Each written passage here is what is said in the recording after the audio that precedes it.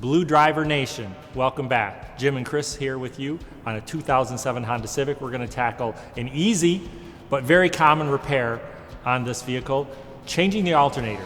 It's going to fail sooner or later for all of you, so we're going to save you a bunch of time, save you a bunch of money with this quick video. Chris. Don't be so positive. So it's not a hard job at all, just a couple of bolts. We're also going to show you a trick on how to use 2 wrenches to relieve the belt tension, and we're going to show you how to double check whether your alternator is putting out the right amount of voltage or not using a multimeter. That's good stuff, Chris. Let's get to it. These are the tools that you'll need to change the alternator.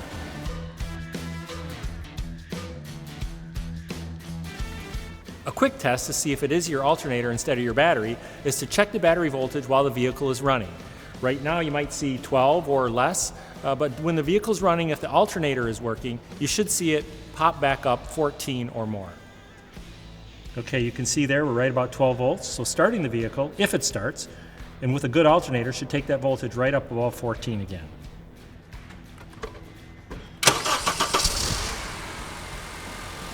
So you saw the voltage dip, slowly recovering.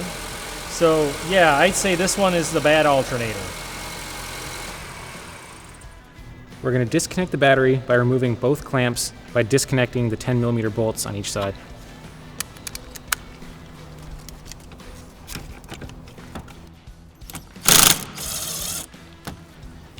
Negative first.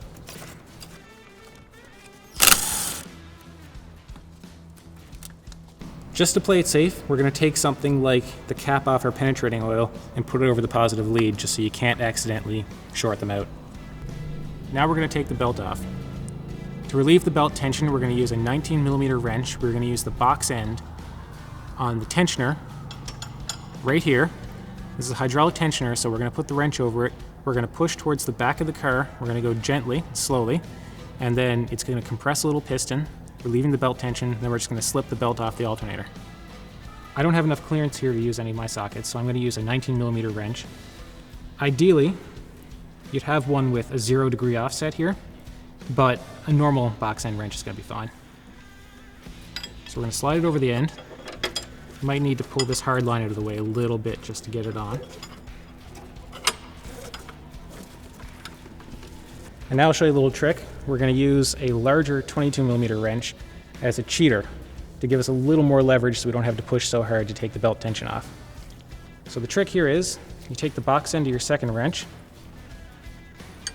and now you've got some extra leverage to work with. All right, we're going to push forward slowly. Careful that your cheater wrench doesn't slide off to the side.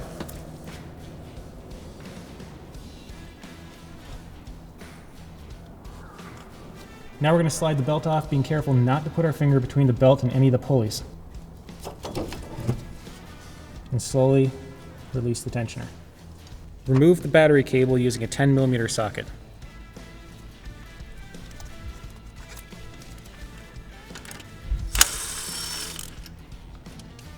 Pull up on this rubber boot, push in on the clip, and pull up. Now we're going to push in on this clip here, disconnect. Ideally, this connector would just come right off that bracket. You might find that it's so seized together that you can't move it. You might risk breaking off this tab entirely. So I'm just going to take a 10mm and remove this bracket completely. Then, if you're lucky, you can pry up on this tab right here, and this will just pull off the bracket. If it doesn't, then the same thing applies. You can just take a 10mm and remove it. The alternator is held on with 2 12mm bolts. There's one here on the back, just under that bracket. There's a second one down here underneath the pulley. Don't mistake that bolt with the one further forward, which holds on the tensioner. If you got a couple of extra minutes, it would be a really good idea to take some of penetrating oil of your choice, spray down that bolt on the back and the one under the pulley. If you're going to do this, put down some cardboard or something to prevent overspray onto the belt and the other pulleys, and then maybe go take a break for a couple of minutes just to make your life a little bit easier. We need to remove this wire.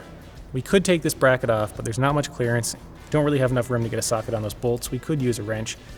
I'm just going to take a screwdriver, trim clip tool, or something like that. Press in on the back, wedge it a little bit, press in on the back side, wiggle it a little bit,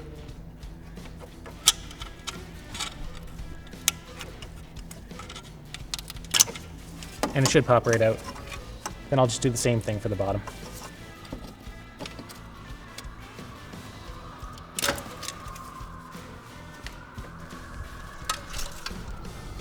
Now we remove the two 12mm bolts.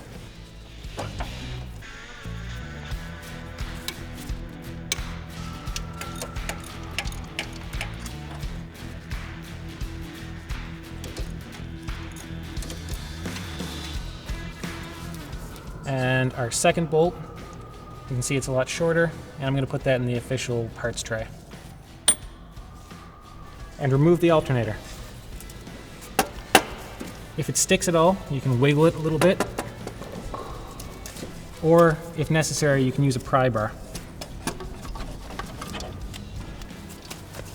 All right, so old, new. You can see the new one doesn't have any of the brackets attached. It's completely naked. We're going to take all of these brackets, we're going to swap them over. Let's swap some brackets. The three of them that are coming from over here to over here. All 10mm bolts.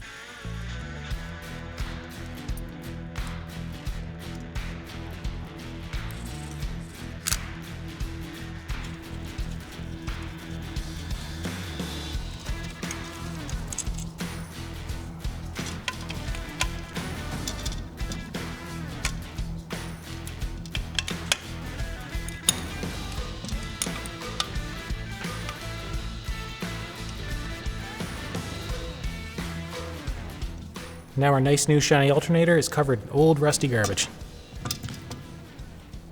Alright, now that all the brackets are on, we're going to put the new alternator back in. You probably noticed that suddenly the water pump got a lot shinier.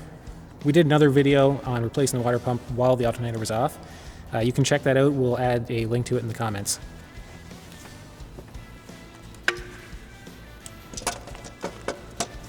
So we'll just put that in place. The long bolt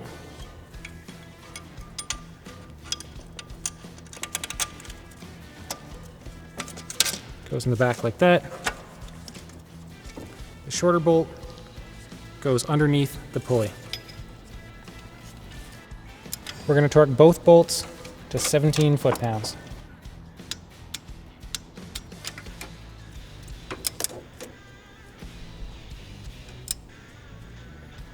And the bottom bolt is 17 foot-pounds as well.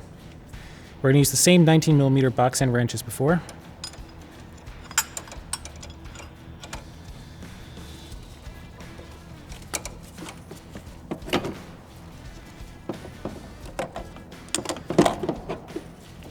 Grab our 22 to use as a cheater.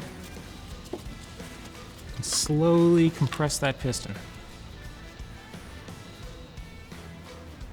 Take the belt, being very careful not to get your finger between the belt and the pulley. Slide it over the alternator and slowly let off on the wrench. Now we're going to reconnect all the cables and brackets.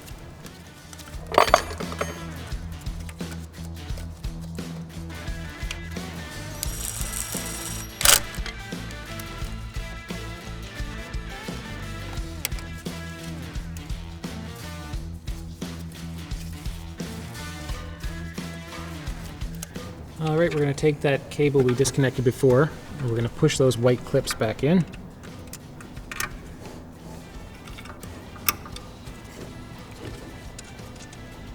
And we're going to reinstall this bracket.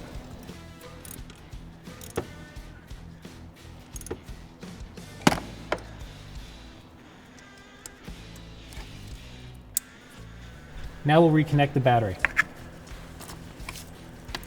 Positive lead goes first. And now the ground. So we had our battery disconnected, which means that your radio might be in anti-theft mode.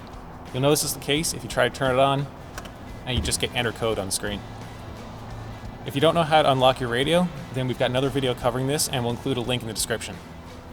Hey, that's all wrapped up. Tools back in the box, tested, everything's good to go, car back on the road. Hope this saved you a bunch of time and a bunch of money, and if it did, please like the video and subscribe to our YouTube channel. Until next time, fear no fix.